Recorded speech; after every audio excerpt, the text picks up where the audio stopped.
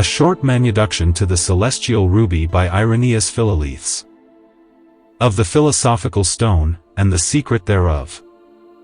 The stone of philosophers is a certain celestial substance, spiritual, fixed, perfecting all metals into true gold and silver.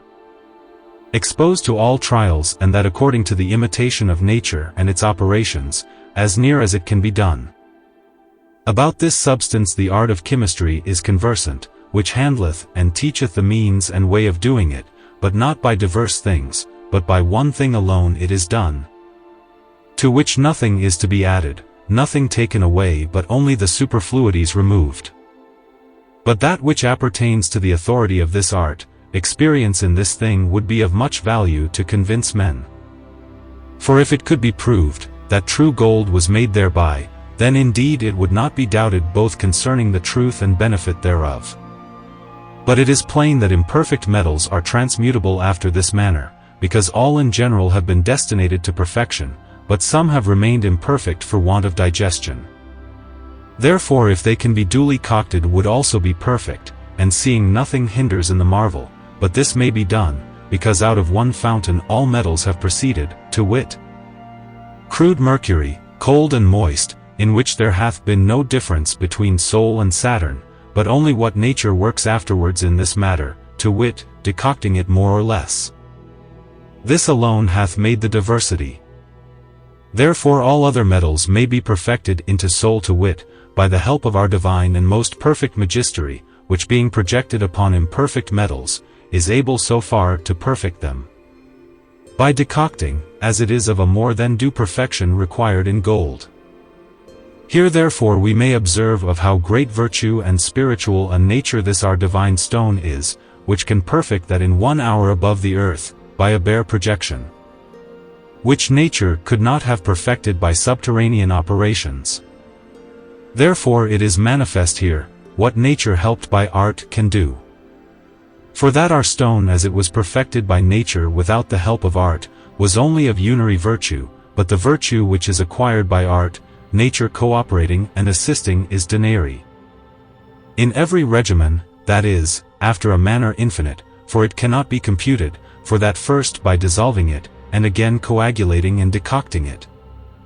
One part of the medicine falls upon 1,000 of imperfect metals, penetrating and perfectly tinging it. But id the dissolution and coagulation, being iterated, thou shalt try to promote this medicine further, behold it is extended in infinitum. For you shall sooner want wit to compute, than the elixir virtue to penetrate and tinge. Not that immediately by its corporeal touch, it tinges the whole, but by its virtue and influence, passes through the whole. Since the least particle of the imperfect body is touched and tinged immediately by the medicine. But the matter is so, every part is tinged by the contiguous part, like leaven. Therefore the elixir tinges that which it touches more immediately, with a tincture a little more feeble than it was itself, this again ferments that which is nearest it. By communicating the tincture, and that so long until the whole mass be brought to the perfection of true gold.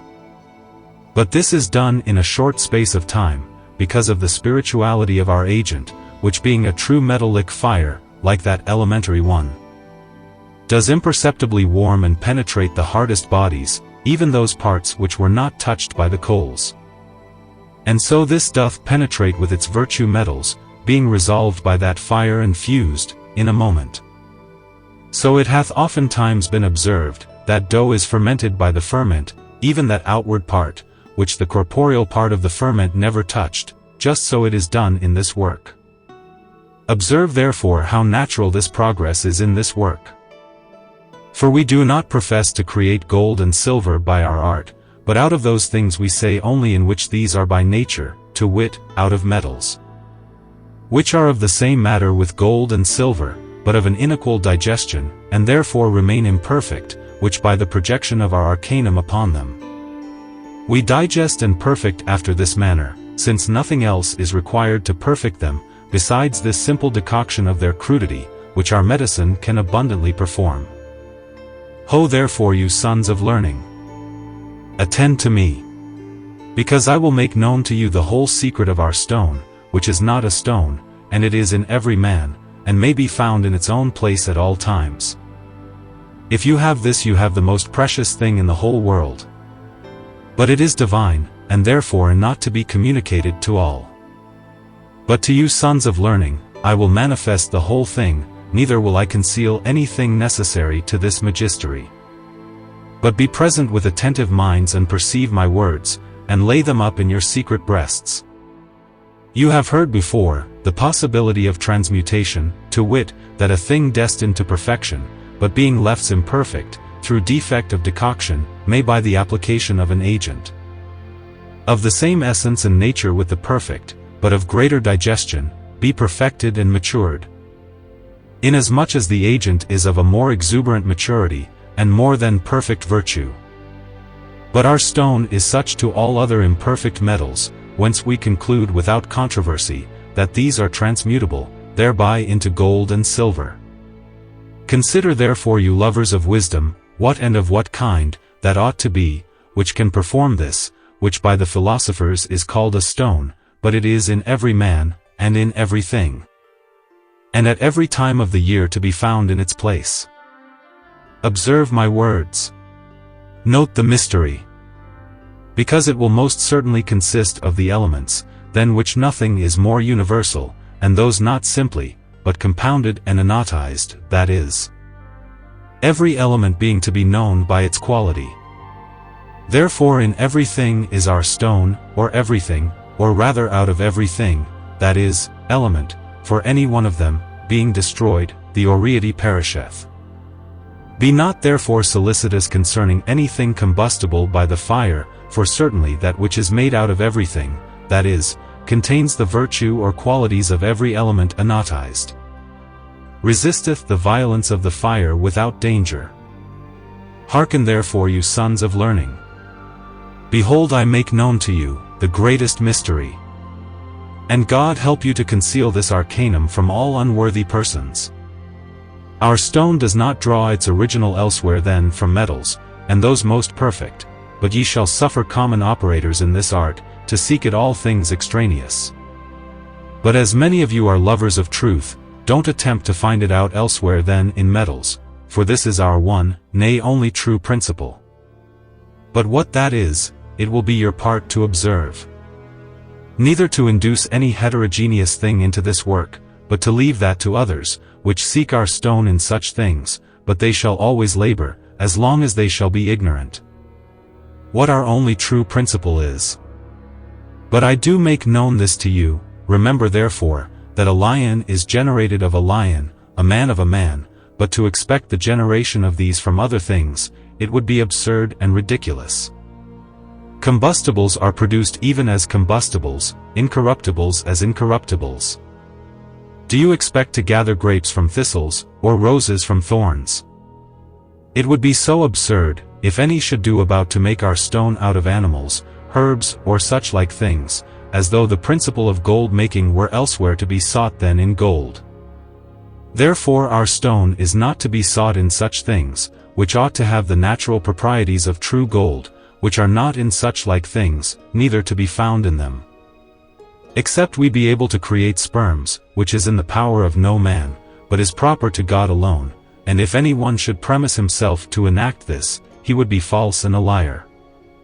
Therefore let it suffice us, to dispose and administer sperms which are ready to our hands, but it is not to the matter, that new ones should be created from heterogeneous things.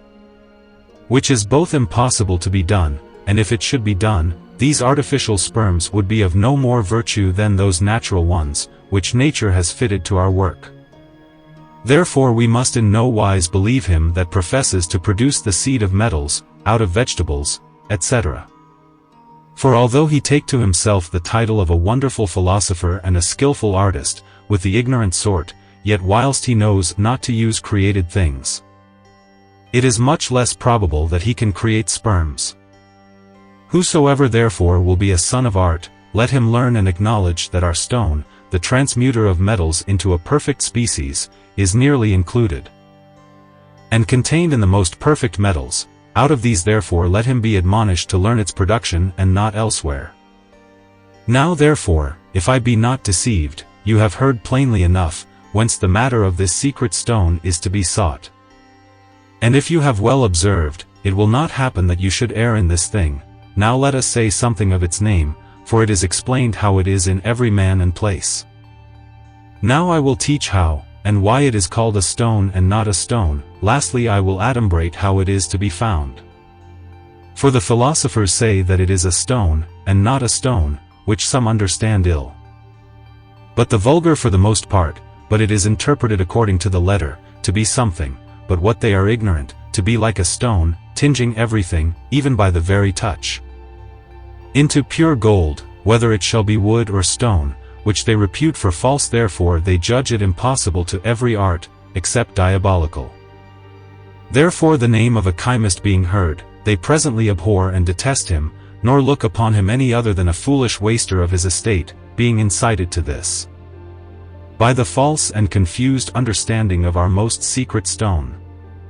Therefore, the more ignorant men do superstitiously believe that such men are to be punished by the civil law. But under the name of ignorant men, I do not only mean those that are plebeians, or illiterate, and unlearned, but also I mean some, nay many men otherwise learned, and perhaps pious, whom I therefore name ignorant and unskillful in this art. And also that they endued with such rude manners, to bark at everything unknown, like dogs, and speak evil of those things, which they neither either have or could conceive in their minds. My reproof extends to them most, because they being both learned and pious, do what is contrary to piety and learning, to wit, judge such things which they neither do nor can discern. For when learning admonishes, piety persuades that every one should consider and examine those things which he judges. These on the other hand condemn it undoubtedly, which yet after they have condemned, they know not, and are ignorant what it is, which is very unworthy every wise man. Moreover, others studious in the art of chemistry, although they understand the thing a little more natural, yet in this they err, because they would make some stony congelation, to wit, they would make something to bear the form of a stone, for this alleging the words of philosophers which affirm it to be a stone. But I would have you to understand, that it is not called a stone because it is like a stone, but for this cause alone, that it flies not from the fire, but remain fixed in it, like as it were a stone, and for this it is called a stone, for the sake of hiding this secret, but it is like a stone no other ways. And therefore it is not a stone. But in species is gold more pure than the purest, in fixity or incombustibility, a stone, in figure of most subtle powder, to sight a grave body, to touch impalpable, to taste sweet, of good smell. In virtue a most penetrating spirit, being dry and yet unctuous, easily flowing upon a plate of metal and tinging. Therefore it is deservedly called the father of all wonderful things, since it hath all the elements in it, yet so anatized, that none predominates, yet all four make 1/5 essence or nature, which is none of the four, but partakes of all, and is a most temperate complexion, though it be pure metal like fire, and this is our stone, which is not a stone, nor has any name proper to itself. And yet there is nothing in all the world whose name it may not have, under some consideration, for that it is of so wonderful a nature, as if we call it spiritual, it is true. If corporeal we speak properly, for it is gold, and that not vulgar but spiritual, that is subtle, penetrative and noble. Wherefore it is a spirit or fifth essence, the most noble of all creatures, after the rational soul, and bringing all distempers and all imperfections both in animals and metals to a most exact and perfect temperature, and that is truly our microcosm, which we esteem so much. Having this stone or powder or fifth essence, neither riches or health will be wanting, God-giving, to whom be glory forever. But that I may come to the last part of my undertaken task, to wit, that I may show by what means this our stone may be obtained, for it is not fabricated by nature, but it is to be sought, and to be composed by the art and ingenuity of the workman. Yet nature helping and seconding his endeavor, for as it is abundantly enough declared, that the matter of this stone is not to be fetched elsewhere than from metals. Yet nevertheless these metals are not our stone, for they have another form different from our stone. Notwithstanding, I do not deny that our medicine, is to be drawn from them, but the former form of the metal must necessarily be taken away, that it may be drawn out. And that under the conservation of the species, though under the destruction of that particular and individual metal. But the species of metals dwells, and is conserved in the spirit, which spirit resides not in any other thing, but in water homogeneous of its own kind. For water is the habitation of the spirit, which is especially to be retained in the conservation of its species. Therefore gold is to be changed from its form, and that into water homogeneous of its own kind, in which water the spirit of the gold is preserved, which afterwards reinspissates its water, and induces a new form, after putrefaction, 1,000 times more perfect than the form of gold, which lost by being reincrudated. Therefore metallic bodies are to be reduced into homogeneal water, not wetting the hands, that out of this water a new metallic species may result, for more noble than any metal. This is our most precious medicine and celestial ruby. But all this work very well answers to the subterraneal operation of nature, from whence the work is deservedly called natural.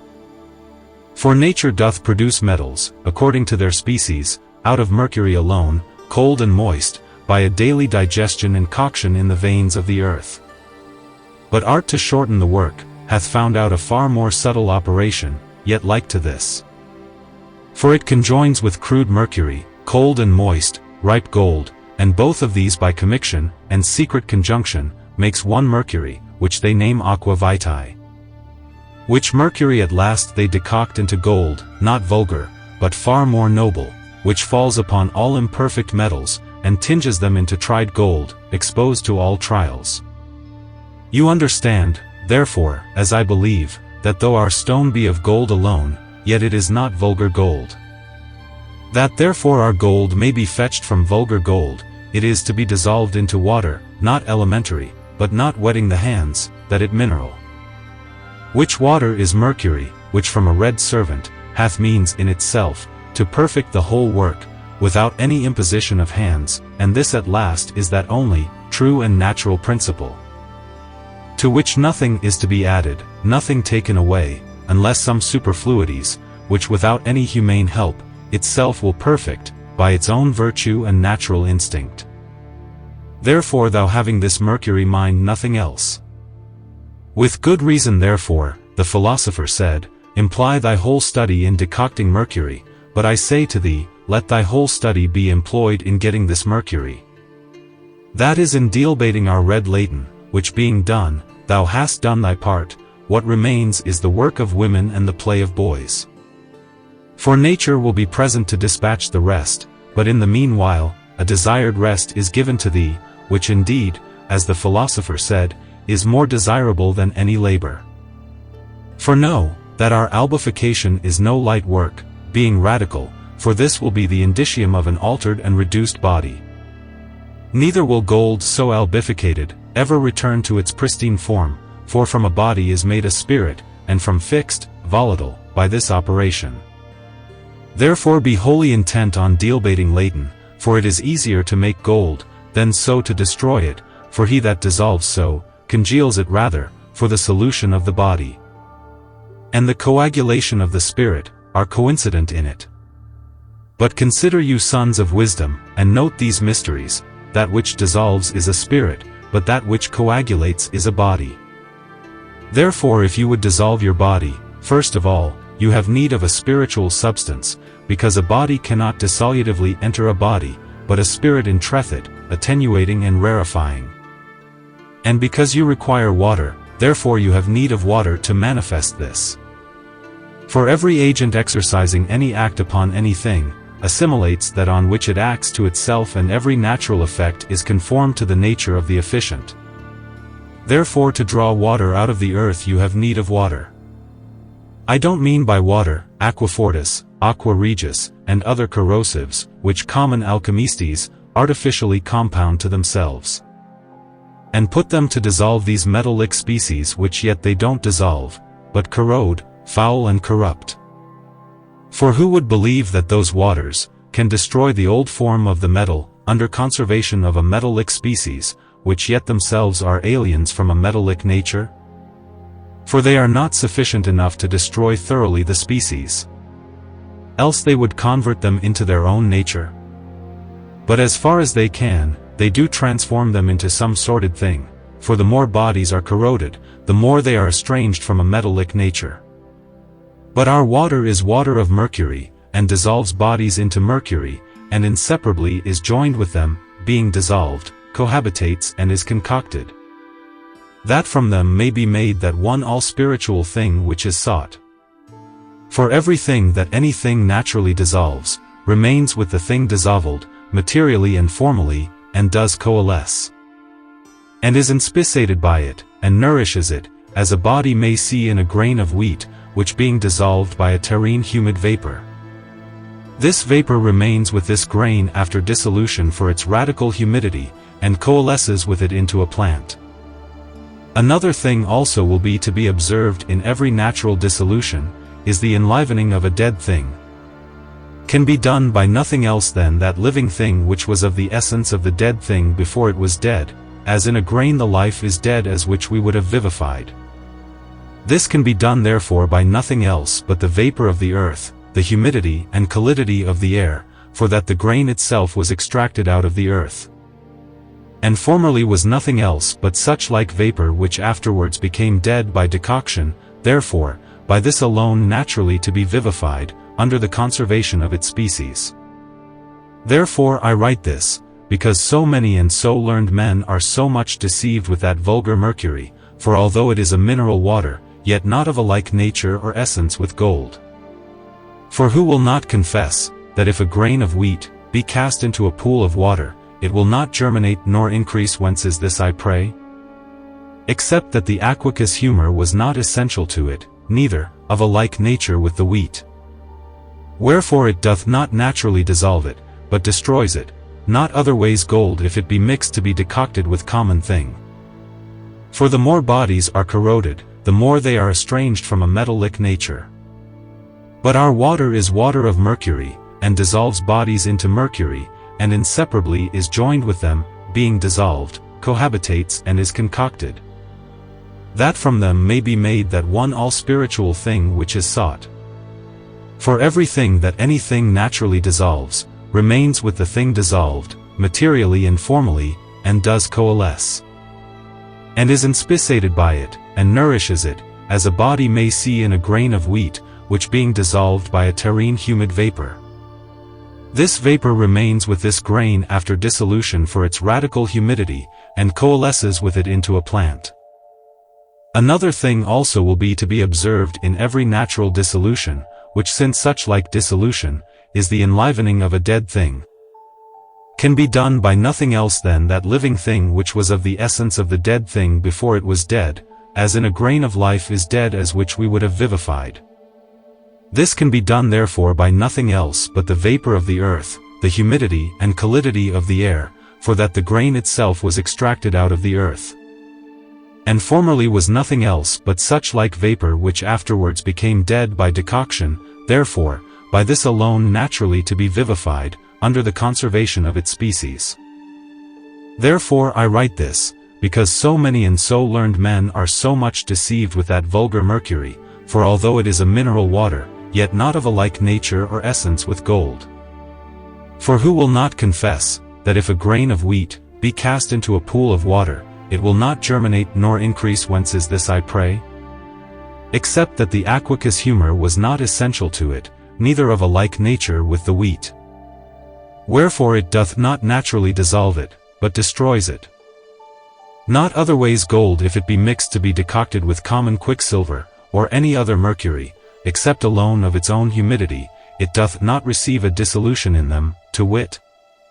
Because these waters being too crude, cold and unclean, are of a far unlike nature with gold. Wherefore in these it is not amended, neither retained, neither with these matured into a far more noble perfection, than its nature. Therefore at length our mercury is not vulgar mercury, for it a pure water, clean, clear, bright and resplendent, and worthy of much admiration. It is red with soul, but in respect of common mercury digested, warm and mature, which has no qualities like to this, except alone in whiteness of color. and of its form of flux, in which notwithstanding there is a great difference. But lastly, that you may well understand what our water is, by circumstances, I tell thee that it is living, running, clear, shining, white like snow, hot and moist, airy, vaporous and digesting, in which gold is melted like ice in warm water. In this is contained the while regimen of fire and sulfur which exist but predominates not. This is indeed the keeper of our gates, the bath of the king and his queen, daily warming in that incessantly, and yet is taken elsewhere than from the matter, and is distinguished from the whitening substance of the water, yet joined and appearing, under the same form of flux, amd the same color. This is that heat of the lamp, which if it be temperate, every day will circumact the matter, until by calcination the humidity being dried a second fire of ashes is produced, in which the vessel or water is hermetically shut and sealed, according to the saying of the philosopher, take a vessel, strike it with a sword, take its life, this is the closure. Therefore this our water is our vessel, and in that our furnace dwells secretly, whose fire ought to be moderate, lest the whole work be destroyed, yet strong enough lest the life despond for want of heat. Therefore in this water the whole secret of our vessel consists, also the structure of the hidden furnace is founded in the composition of this water, in the knowledge whereof, all our fires, all our weights, all our regimens lie hid. This water is the clear bright fountain in which our king is to be washed, that he may overcome all his enemies. Of this water and its preparation be careful, because surely without any other help except the apposition of a perfect purged and cleansed body, nature will make from hence our most secret stone. And I say to thee in truth, that this water is mineral, pure and clean, neither can it be extracted elsewhere, but out of these things alone in which it is by nature. And the things out of which it is immediately drawn, are most secret above all others. Also the means of extracting it is most wonderful, also its virtue stupendous. For it doth dissolve soul without violence, and is made friendly to it, and it washeth him from all his foulness, it is white, warm and clear. Therefore praised be the Most High, who hath created this mercury and given it a nature overcoming all others. For certainly the work of alchemy would be in vain and useless, without this water. But consider thou what this water is, and learn from the work as I have done. For having this mercury thou hast the key of the whole art, with which thou mayest unlock all the most secret things of philosophers. Therefore our water is of a like nature with gold, of an unlike substance, in the making of which there is a great stink. Consider therefore and deeply weigh the possibility of nature, and do not mix any heterogeneous thing, for nature is only amended by its own nature, and by no other. But if you do not yet understand, do not blame me, for I have sincerely expounded to you the whole matter. That therefore you may understand the conclusion of the matter, be very attentive. Our stone is made out of one thing, and four mercurial substances, whereof one is mature, the rest crude, but pure, of which two are drawn out of a mineral by the third. But wonderfully, joined with a temperate, not violent fire, and so cocted every day, until all be made one by a natural conjunction, most secret, not manual. Afterwards the fire being changed, let it be digested with a fire daily increasing, at first more moderate, and so every day increased until these volatiles are fixed by a sulfur of their own kind, fixed and incombustible, until the whole compound possess the same nature, fixity and color. For then it securely resists the fire, and this is the most powerful power of power, overcoming every subtle and penetrating every solid thing, the virtue of which being turned into earth appears complete. But there are, that I may describe the thing particularly, manifold degrees of this our process, in number 12, all which I will briefly run over, the first whereof is called calcination. Of calcination. And calcination is the first purgation of the stone, the exsication of the humidity, by the virtue of the natural heat of our water, stirred up by the external heat. From whence the composition is turned into calx or powder of a black color, yet unctuous, and retaining the radical humidity. The final cause of this calcination is, that the solution may be the better induced to the stone, which without this cannot be had. For gold is a very fixed body, neither can it be immediately dissolved by our water, except only in part, that is, be made soft, incrudated and albificated. In which albification two natures appear, volatile and fixed, which we like to two dragons, or serpents. Wherefore that a full dissolution may be made, there is need of contrition, that the body by calcination may be made spongious and viscous, because then at last it is fit for dissolution. The second final cause is this, that we reconcile contrary qualities, for whilst they fight, they are unprofitable unto us. For in the first conjunction our water distinguishes between sulfur and mercury, volatile and fixed, and these are enemies to one another, and different things. But it is our part to bring them to a union, but contrary qualities are not reconciled, but by a medium. There are therefore in our first operation, for contrary qualities, heat, cold, dryness, and humidity, of which two, hot and dry, are attributed to sulfur, cold and humid to mercury. Therefore they are opposed diametrically, the heat of sulfur and the cold of mercury, also the humidity of mercury, and siccity of sulfur.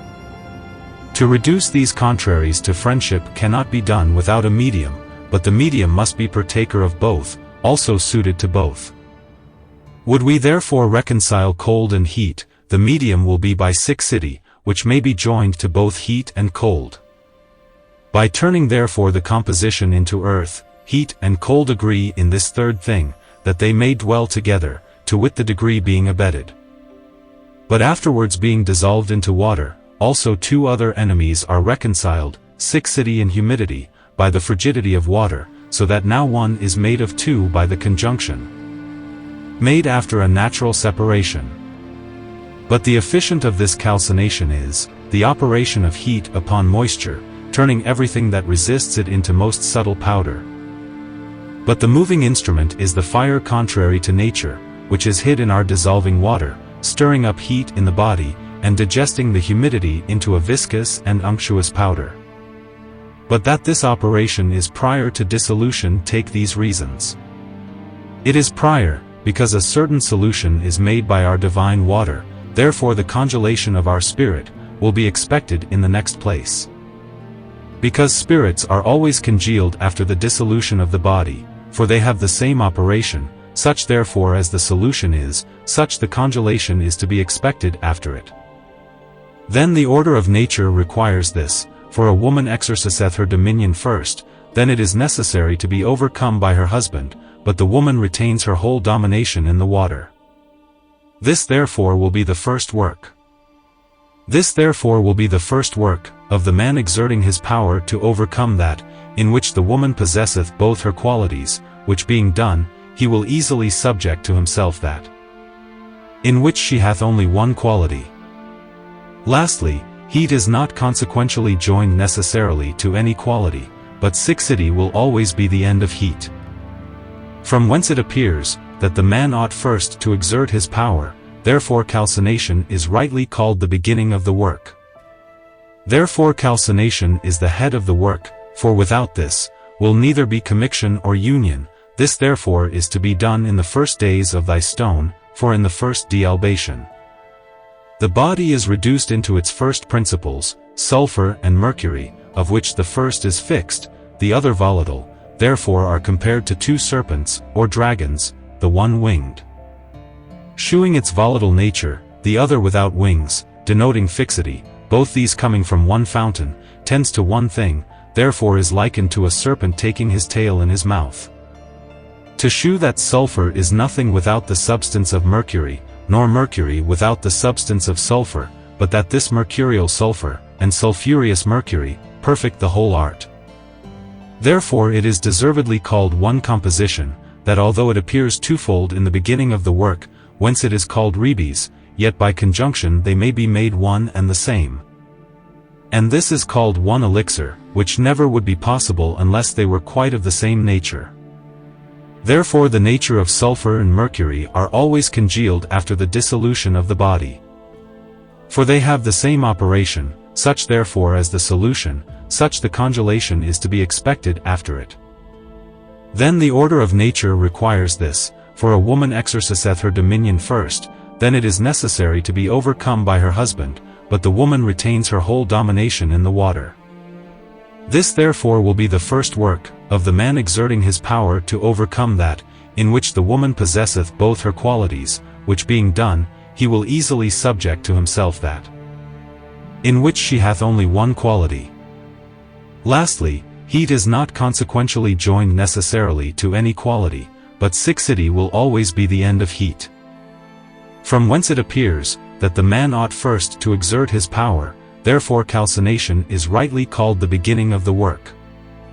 Therefore calcination is the head of the work, for without this, will neither be commiction or union. This therefore is to be done in the first days of thy stone, for in the first dealbation the body is reduced into its first principles, sulfur and mercury, of which the first is fixed, the other volatile, therefore are compared to two serpents, or dragons, the one winged, shewing its volatile nature, the other without wings, denoting fixity, both these coming from one fountain, tends to one thing, therefore is likened to a serpent taking his tail in his mouth. To shew that sulfur is nothing without the substance of sulfur, but that this mercurial sulfur and sulphureous mercury, perfect the whole art. Therefore it is deservedly called one composition, that although it appears twofold in the beginning of the work, whence it is called rebes, yet by conjunction they may be made one and the same. And this is called one elixir, which never would be possible unless they were quite of the same nature. Therefore the nature of sulfur and mercury is diligently to be observed, and we must take care, O Eirenaeus, for these two are not contrary things, but one and the same sulphureal mercury, mature and digested, and mercurial sulfur, crude and immature. Therefore that divine kind of generation will be necessary to be observed, to wit, how nature has operated in procreating metallic bodies in the mines under the earth. Because we do all things in our work in imitation thereof, as near as can be, therefore we use the same matter which she hath made use of. Although art has found out a far more subtle way to the abbreviation of the work, and the more than perfect exaltation of the stone. For in metallic veins, one thing alone is found, viz. mercury, which is very crude and frigid, and in which the sulphureal quality altogether is unactive, also no digestive heat is found there, but by an imperceptible motion after a long time. By little and little this metallic principle is changed, until at last it be converted into fixed sulfur. For that whilst it remained frigid and humid, it was called mercury, in this elevation or excitation, it is named sulfur. But the matter is other ways in this our work. For besides mercury crude and cold we have another thing, to wit, mature gold, in which more active qualities exist, this therefore we join to our mercury, in which passive qualities are found. That the one may relieve the other, and that which nature, helped by no heat hath digested in the mines, we having a double fire digest, whence it comes to pass that we don't make simply gold, but some other thing much more noble and excellent than gold. You see therefore what sulfur is, what mercury, how also we have a double sulfur and a double mercury in our art, which yet are not distinct in essence, but in maturity and perfection. Also you understand, as I think, after what manner they are worked, since the perfect body of gold is incrudated by our divine water not wetting the hands, and it is reduced to its first principles. To wit mercury, which is not without sulfur, participating of the natures of the luminaries, therefore in this operation the woman ascends upon the man, and predominates over him for a time. Which indeed is unnatural, till the man begins to exert his power, and then first of all by his sixity bringing heat, does execute the humidity of the woman. By converting all into a most subtle and viscous powder, from which powder by solution, water is afterwards dissolved, in which water is the spirit of the dissolvent and dissolved. The man and the woman are joined together, but the excited heat doth not here find a bound, but as yet works every day by separation, by distinguishing between the subtle and the gross. That the first may swim at the top, the latter may subside so long till all are of the same quality, and then at length in the hour of their nativity, they are inseparably conjoined. And the man ascends upon the woman and impregnates her. At length she brings forth the cloud which she hath conceived, in which she putrefies and is corrupted, and afterwards both of them ascend or arise again glorious. Not now divided, but made one and the same by conjunction, and are so coagulated, sublimed, cybated and exalted, into a most perfect nature and multiplied in weight and goodness of quality. According to your discretion, whose excellent use will be provided, as well in projection as in medicine.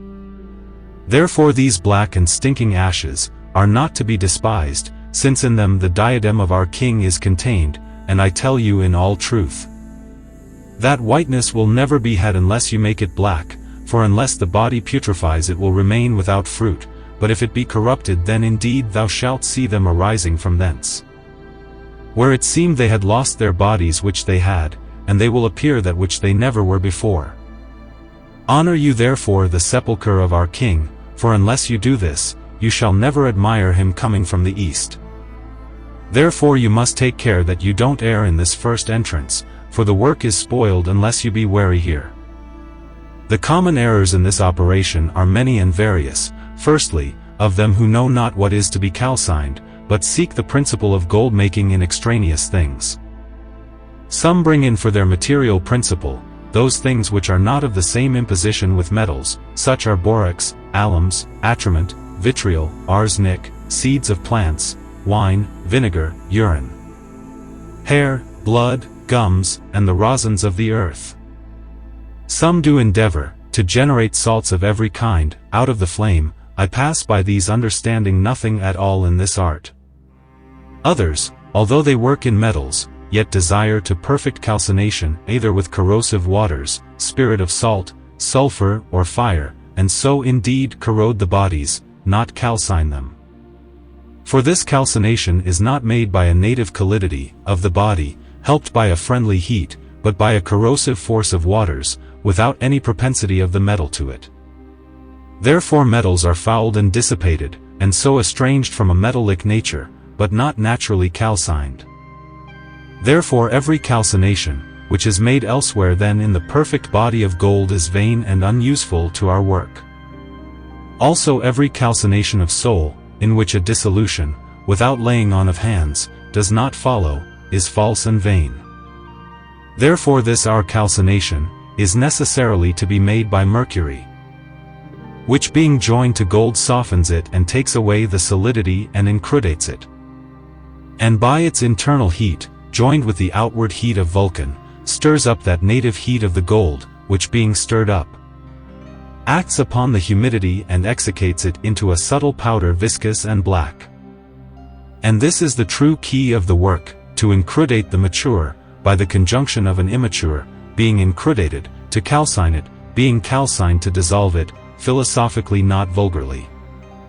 The figures of this our calcination are these: first, after the body shall be satiated with water, as soon as the keeper of the gates shall stir up the heat of the bath, the water begins to be obscured, or that which was a splendid composition before, then it visibly grows turgid, and swells, ascending and descending continually, until the whole at last become a viscous and fat powder, in which it appears that the humidity is conserved in this operation, otherwise the labor would be in vain. From thence therefore, it is easily resolved into mineral water, which is the last and most certain signa, that our calcination has been true and philosophical. For as soon as the heat begins to operate, the frigid and humid, being impatient thereof, goes to the top, from thence it melts and descends, and so reduceth it, as much as may be, to its own similitude, doing this daily until at last the whole be resolved into fat, and as it were glutinous water. For so our operations are concatenated, that one is the cause and beginning of another, neither can one be had or understood without another. But we, that we may instruct the sons of art more fully, and drive away the unworthy, as far as may be from this art, do handle, as it were, divers operations, when there is but one recipe, one thing, one regimen and successive disposition to black, white and red, neither are we to be understood otherwise. Wherefore every one that will truly be a philosopher, should regard the sense, not the letter of writers in this art. But that we may come to our true calcination, these things are to be considered that follow. Firstly, that thou should get our mercury, without which, nothing is done in this art. See then that thou be not deceived in that common mercury, which is altogether unuseful to our work, for if thou work in it to thy dying day, thou wilt find nothing in it. Secondly, thou must take care, that the fire of the furnace be not too intense, but let it be clibanically measured, which that thou mayst fully understand, know. That the sulfur which predominated not in the mercury or water digests the matter, which together with azoth is abundantly sufficient for thee. Let not therefore, its internal quality, confound the external form, then be not solicitous about the manner of making the fire, only have a care that it be not too gentle. For then thou wilt easily despond for want of heat, nor yet let it be over violent, but of a moderate degree, according to the nature of the bodies, and exclusive of cold. Take these things on the other hand, concerning the internal and natural fire, I call that internal which increaseth the work in the end. Thirdly, be careful of the quantity, that thou dost not put so much to be drunk by Latine, that he cannot afterwards eat, for if thou shalt put on too much, there will be a sea of trouble. If too little, it will be burnt into smoke. Be not therefore covetous or prodigal, between the extremes, keep a mean. Therefore, in joining the male with his female, remember that it behoves the activity of sulfur, to execrate the superfluous humidity of mercury. Therefore do not drown the active with too much crude sperm, the woman will also desire to rule, therefore do not choke the humidity of thy stone, with too much earth. But with discretion mix it sweetly, and according to the exigence of nature, lest the virtue of the stone be diminished. Make therefore an amalgama, not as the goldsmith does, with 4 or 5 parts of water, but as the philosophers do, with a double or treble to the last, but it is better, to take 3 to 4. Then 1 to 2, since the solution will be better, because the calcination will be more natural. Ripley witnesseth with me, that by how much the more earth and less water thou take, so much the better solution shalt thou make. In the first place therefore, beware that your land be not overwhelmed with waters, because the fire is hidden in the earth, which will not operate if there be too much humid superfluity. Whence the error will be incorrigible, and the work vain. Fourthly, be careful of the closure of the vessel, lest the spirits should fly out and the work be destroyed. Keep therefore the vessel and its ligature, nor look upon this to be of little moment. Consider therefore man, who as he is generated by nature, so also our gold is matured by art helped by nature. Therefore consider with how great care, nature has shut the womb of a pregnant woman, lest anything should either get in, or pass out, otherwise the fetus would perish. With no less industry be thou cautious in perfecting this philosophical work, lest thy labor be in vain. Hear therefore the philosopher, saying, take a vessel and fire, strike it with a sword, take the life, this is the closure. Hermes also says, the vessel of the philosophers is their water, and know for certain, that the vessel of nature is only fit for us in this art, which diligently is to be shut. For in forming the embryo, there are very great winds, which if they should vanish, we are undone, for the error is irreparable, whence the damage is most certain. The work in the fifth place is patience, that thou don't despond or study to make the solution too speedy, but firmly believe, that too much bast is the greatest enemy to conjunction, and hinders it, for the body to be dissolved, impertinently rubifies, stirring up a fever, that is, a fire against nature, whence being struck as it were with the hammer of death, it becomes impertinently passive from active, and instead of black, it appears citron, like a wild poppy. But our true calcination conserves the radical humidity in the body to be dissolved, and it is finished in no other color but black, and becomes a discontinuous calx, unctuous, fat, and fit for fusion. Be therefore patient, that thou mayst obtain thy desire, because you will have very much cause to despair. When therefore we speak of our operations, do not think that we perfect them in 1 or 2 days, or see the colors or signas in the first hour, no verily. But we have expected much and long, till there was made an agreement betwixt contrary qualities, wherefore Trevisan teaches in his practice, who was a learned and good man in this art, that he stayed in prison, that is, suspense of mind and doubt, 40 days, but that he returned afterwards, and saw clouds and mists. Moreover, if thou should put grain into good land, thou shalt not look into the earth, by moving it every hour, that you may see, whether, and how much it begins to increase, if you should do this. You could not expect a sweet vegetation, much less fruit from thence. So foolish and insipid are they who as soon as ever they have joined the dissolvent with the dissolvent presently seek some signas of the operation, nor can satisfy themselves. But they either move or open, or add, or detract something, or at least increase the fire to accelerate the work, and so by this means hinder the work of nature, and therefore do not attain the wished for ends. Therefore attend to my doctrine, as soon as thou hast prepared the matter, that is, mature sulphur yellow, with his crude white sulphur, and hast duly espoused them. Shut them up in a vessel and let them stand without trouble. If thou rightly proceed, within 24 hours, thou shalt see thy compound swelling, and perhaps sending forth some bubbles, by reason of the heat of thy sea water, striving to excite the heat of the included matter. But in the first entrance, thou shalt behold the variation of the colors slowly, because then the keeper of the gate necessarily sustains many labors. Because whatever is done, he alone then does it, because the bath is not yet prepared, that is, the natural heat of the king is not yet stirred up. But when the bath is made hot, our housekeeper shall sustain but few labors, and the operations will be easily to be distinguished. Therefore let the sons of this art know for certain, that the first color that will appear, after the silver color of the amalgama of the body will not be perfect black. For this color does not come in a moment, but every day the more whiteness is diminished, the more blackness will supervene, until at last it be complete. For blackness is a sign of a dissolved body, which is not made in 1 hour, but by little and little, but incessantly.